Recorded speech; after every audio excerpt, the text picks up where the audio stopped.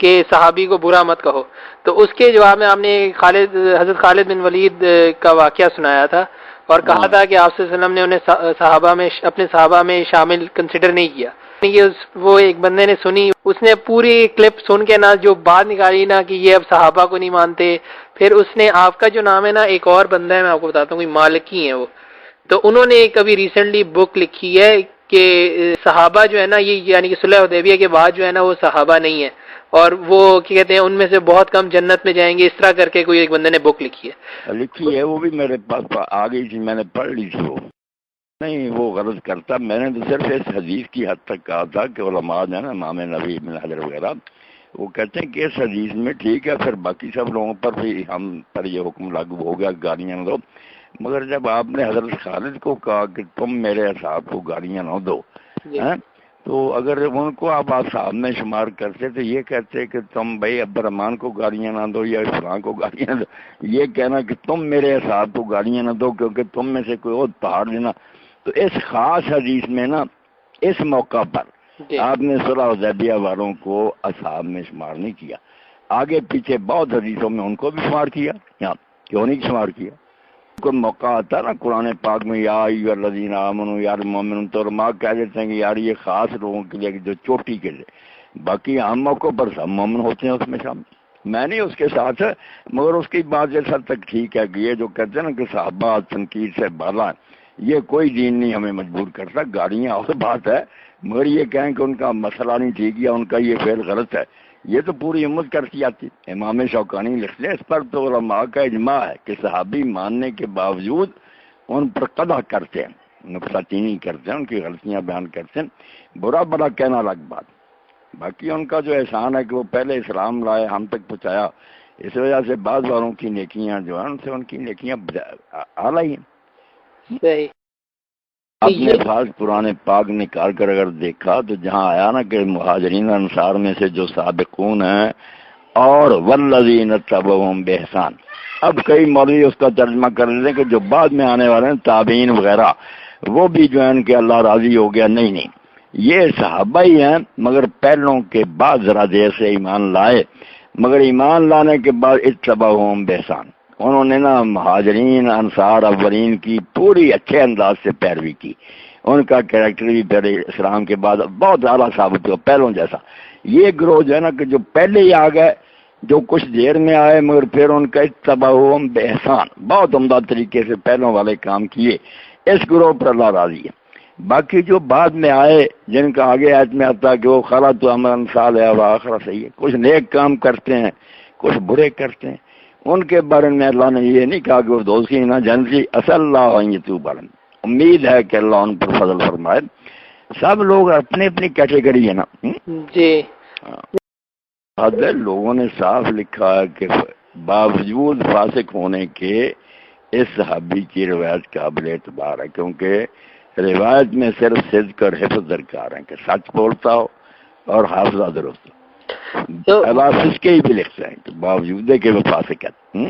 اچھا، لیکن پھر یہ لوگ آپ کے کیوں اتنے خلاف ہیں جب آپ یہ چیز خلاف ہیں کہ انہوں نے جیسے بریلوی حضرات نے بنا رکھا نا کہ توحید کی بات ہے حدیث کریں تو وہ اس کو گستاخی رسول کہتے ہیں کہ حضور کی شان گٹاتے ہیں، بڑے بھائی کے برابر جانتے ہیں، یوں ہے یوں ہے. حالانکہ اہل حدیث اس سے بالکل بری، مگر انہوں نے ایک شوشہ چھوڑ رکھا، کسی سے بات کے چھوڑو جی اہل حدیث کو گروہ ہو تو حضور کی بڑی توہین کرتے ہیں. فکریں ایسے بنائے زخرف القول ہے غرورا، لوگوں کو دھوکہ دینے کے لیے مرمہ کی ہوئی بات ہے. انہوں نے گاڑ لی ہے کہ صحابہ کو برا کہتے ہیں. جو شیعہ انہوں نے گاڑ لیا کہ اگر دوسرے صحابہ کے خلاف یہ ناسبی ہے، اہل بیت کی شان میں گستاخی. یہ گستاخی ایک ایسا لفظ گڑا ہے جو عوام کو واقعی بھڑکانے کے لیے کافی ہے، ورنہ کر سے یہ جرم ثابت. اہل حدیث جب کتابیں لکھتے ہیں تو جب مسئلے حضرت ابن مسعود کے حضرت عمر کے خلاف ہوتے بہت صاف لکھتے ہیں کہ نص صریح کے مقابلہ میں ان کی کیا حیثیت. جی گالیاں دینا برا بلا کہنا وہ تو عام آدمیوں کو بھی نہیں دینی چاہیے، نبی علیہ السلام کے ساتھی تو قابل احترام. ٹھیک ہے، سب بہتان ہے مجھ پر، میں صرف مسئلے میں یا ان کا کوئی ذاتی فعل اس پر کیا دیتا ہوں. بعد میرا خطبہ سنیں جو میں نے جنگ میں لیا تھا، حالانکہ وہ گاڑا شیعہ بھی ہیں دوسرے بھی، صحابہ پر جو اصولی باتیں، میں نے کہا 3 وجہ سے صحابہ کرام جو نا کیسے بھی ہیں ان کو ماننا ہماری مجبوری اور دین نہیں قائم رہ سکتا۔ ایک تو قرآن کا تواتر نہیں ثابت ہوگا، اگر ان شیعوں کی باتیں مان لیں کہ تھوڑے سے بندے مومن سے، تو پھر قرآن متواتر نہیں رہتا۔ 2-4 آدمی 10-50 بھی جو ان کی بات متواتر نہیں ہوتی۔ لوگ کہیں گے باقی سارے جب کافر مرتد ہو گئے تو انہوں نے کوئی جعلی قرآن بنا لیا، جیسے کہ کٹر شیعہ کہتے بھی ہیں کہ یہ صحابہ جو ہے نا عثمان رضی اللہ عنہ ابو بکر نے اپنا جعلی قرآن بنایا، یہ اصل قرآن نہیں، وہ حضرت علی نے لکھا تھا، لائے انہوں نے قبول نہیں کیا۔ یعنی قرآن سے اس بار اٹھ جاتا، جب صحابہ پر اس طرح بری تنقید کرتا نا آدمی، پھر یہاں تک پہنچ جاتا کہ ان کا مرتب کیا وہ قرآن بھی قابل اعتبار نہیں رہتا۔ دوسری طرف رسول اللہ صلی اللہ علیہ وسلم کی جو حدیثیں ہم تک پہنچی ہیں، وہ بھی نبی علیہ السلام صرف گھر میں بیٹھ کر تو دین پر عمل نہیں کرتے تھے، بے شمار لوگ ہوتے تھے، کبھی اہل بیت میں سے کوئی ساتھ ہوتا تھا، کبھی نہیں، دوسرے لوگ دیکھتے تھے ہیں؟ جی ان کو قابل اعتبار نہ مانے، کس طرح پوری سنت ہم تک پہنچے؟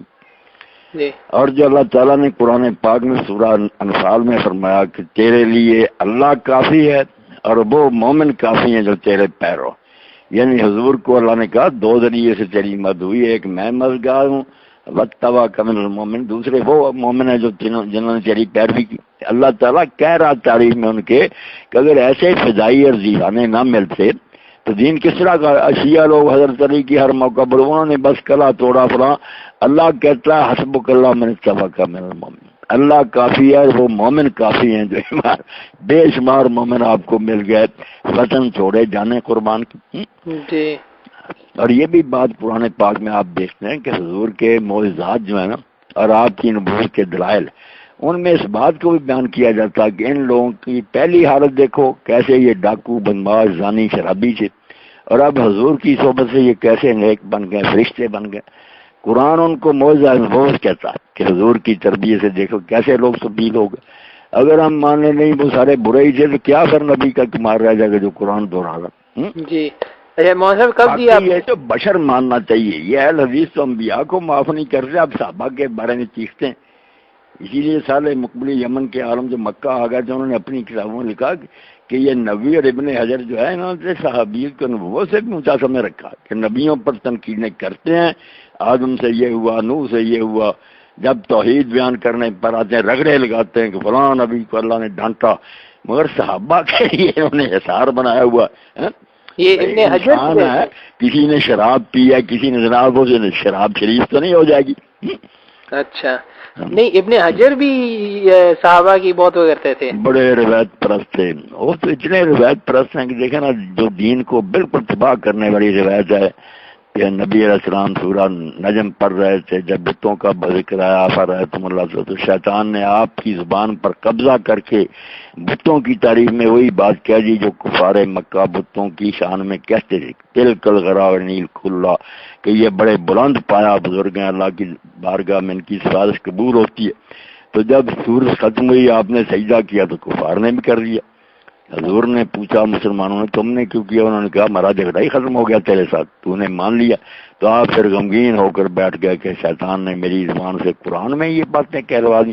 تو پھر جبریل کہتے ہیں یہ مولوی حضرات اترے، وہ سورہ حج کی آیت لائے کہ تجھ سے پہلے بھی جب کوئی نبی رسول آیا اس نے جب پڑھا تو اسی طرح شیطان ملا دیتا تھا۔ توبہ، سارے نبیوں کو لے بیٹھے ہیں۔ اس کو روایت کیوں نا رد کرنے کے لیے علامہ البانی نے نصب المجانی لکھی کہ میں نے توپیں لگا دی ہیں کہ اس کو اڑانا، مگر ابن حجر کہتا ہاں روایتیں مرسل ہی ہیں مگر بہت سی اصلی معلوم ہوتا ہے اس کی کوئی اصلیت ہے۔ انہیں بیٹا روایتوں کی فکر پڑی ہوئی ہے کہ راویوں کو سچا کیا، نبی کی فکر نہیں کہ نبوت ہی برباد ہو رہی ہے۔ شیطان اگر اس کی وہی میں ملا دیتا اور بعد میں کہتا پھرتا نہیں یہ میں نے نہیں کیا، سے شیطان نے نکلوا دیے جلد پھر دیے تو کچھ بھی نہ رہا۔ حالانکہ سورہ جن میں اللہ کہتا ہے کہ جب ہم وہی اتار سے تو جبریل امین کے آگے پیچھے بھی، اور خود نبی جب کلام سنتا اور سناتا اس کے آگے پیچھے پہرا ہوتا ہے فرشتوں کا گارڈ دیں، اور اس وقت تک نہیں ہٹتے وہ جب تک نبی اس کلام کو لوگوں تک صحیح نہیں پہنچا دیتا۔ مگر اس کے مقابلے ایسی جاری روایت۔ اچھا یہ دونوں نے ایسے روایت پرست، نبی بھی ایسا ہی ہے۔ جب ان کے سامنے مروان کی بات آئی نا تو ایک چھوٹا جب تھا اس نے حضور کو دیکھا تھا پھر کہتے ہیں یہ بات ثابت نہیں، مگر کہتے ہیں اگر یہ ثابت ہو جائے کہ اس نے دیکھا تھا صرف چھوٹے ہوتے تو سارے اعتراض اس پر سے ختم ہو جاتے ہیں۔ اس پر اللہ مقبولی رکھ رہے یار حد ہو گئی کہ صرف دیکھا تھا بچہ ہوتے تو سارے جرم معاف ہو گئے۔ ادھر زہبی کہتا کہ اللہ اس سے نپٹے، اس نے حضرت طلحہ کو قتل کیا، یہ کیا، اور کہتا ہے جنگ جمل میں بچ گیا، کاش یہ نہ ہی بچتا، اس نے دین کو کتنا نقصان پہنچایا مروان نے۔ اچھا مگر انہیں یہی ہے کہ شروع میں دیکھ لیا نا حضور کو، وہ تو بچپن میں دیکھا، جنہوں نے بالغ ہوتے ہوئے ان میں سے کتنوں کے کرتوت ہیں جو انہوں نے بہت غلط کی کام۔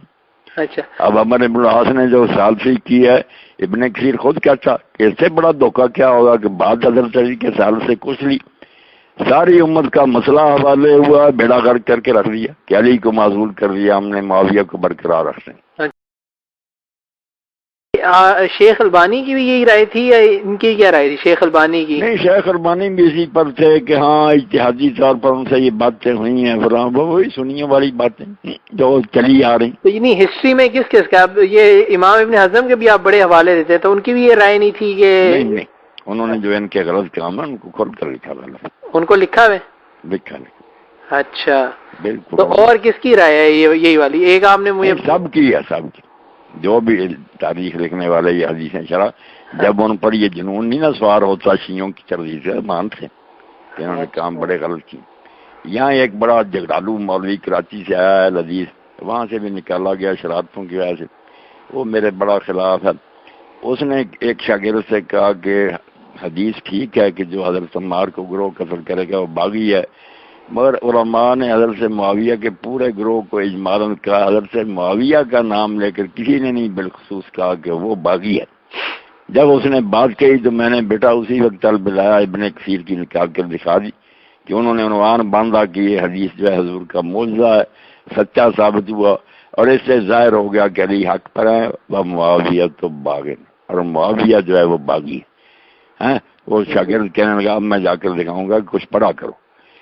اچھا نہیں سمجھتے باغی کہہ دیا تو ہم نے ان کو کافر کہہ دیا، توبہ توبہ، جیسے اور گناہ کبیرے ہیں، شراب پینا اسی طرح کہ حکومت اسلامی کے خلاف بغاوت کر دی، کافر تو نہیں ہو جاتا، ایک جرم ہی ہے۔ صحیح ہے۔